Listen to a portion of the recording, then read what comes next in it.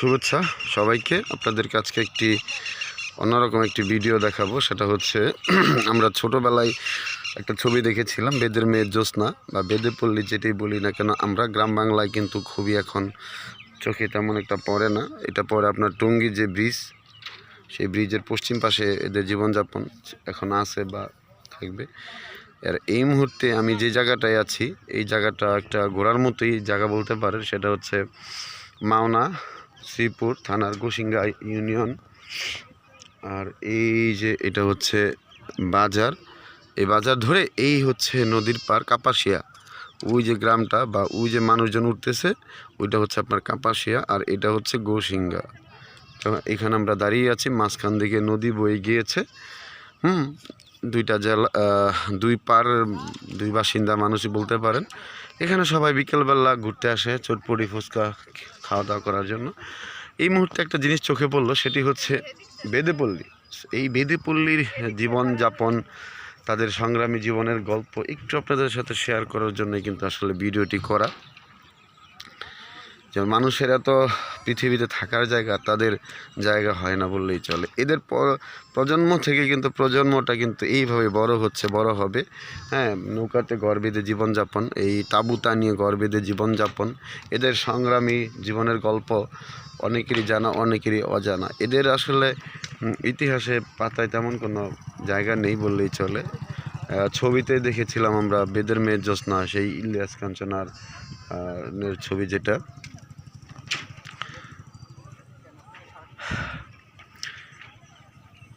ইলিয়াস কাঞ্চন ছিল হয়তো বা রাজার ছেলে, আর বেদের মেয়ে জ্যোৎস্না গরিব সাপুরের কন্যা।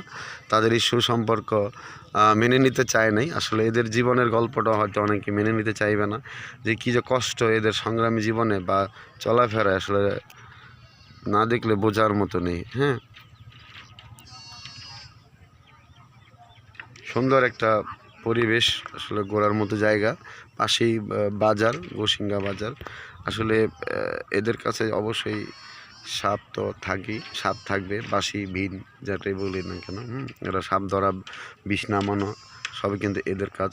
আসলে এই যে দেখেন, আসলে এই একটা জিনিস দেখলে খারাপ লাগে যে আসলে এই যে বেদেপল্লীতে মানুষগুলো, এদের সমাজে কতটুকুই তারা ন্যায্য অধিকার পায়, কতটুকু তারা এই সমাজে ভূমিকা রাখে, আর কতটুকু তাদেরকে মূল্যায়ন করা হয়।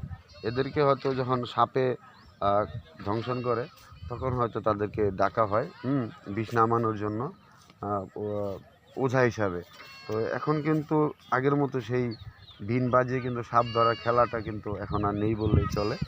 তো এই বেদেপল্লী মানুষের চলাফেরা, তাদের নিত্য দিনের যে কাজকর্ম, সিঙ্গা লাগায়, ঘরে ঘরে ডাকা, একটা সময় হয়তো তারাও বিলীন হয়ে যাচ্ছে বা যাবে। এরা কিন্তু মূলত ঘর বাঁধে আপনার নদীর পাড়ে, নৌকায়, সাঁকোতে। এখনও কিন্তু তারা আপনার এই যে ঘর বাঁধার কাজ চলছে। এদের যে আগের যারা ছিল, এরাও কিন্তু এইভাবেই আসলে কিন্তু জীবনযাপন করে গিয়েছে। আর এদের যে পরবর্তী প্রজন্ম, তারাও কিন্তু এইভাবে এখন ঘর সংসার বানাতে ব্যস্ত। এরাও কিন্তু এইভাবেই জীবনযাপন করতেছে। আসলে একটা জিনিস খেয়াল করেন, যে এই ছোট্ট ঘরটায় কীভাবে 2-3 জন মানুষ থাকে। এদের সুখ দুঃখে, আপদে বিপদে এরাই কিন্তু 10-15 জন যে থাকার, এরাই কিন্তু থাকে। এদের আপদ বিপদ আল্লাহ পাকি ভালো দেখে, ঝড় ঝাপটা যা হয় এদের উপর দিয়েই কিন্তু যায়। তো এই বেদেপল্লী জীবনের গল্পটা উপন্যাসের পাতায় হয়তো জায়গা নাও পেতে পারে। খুবই একটি আবেগ প্রবণের দৃশ্যের কথা আসলে না বললেই নয়।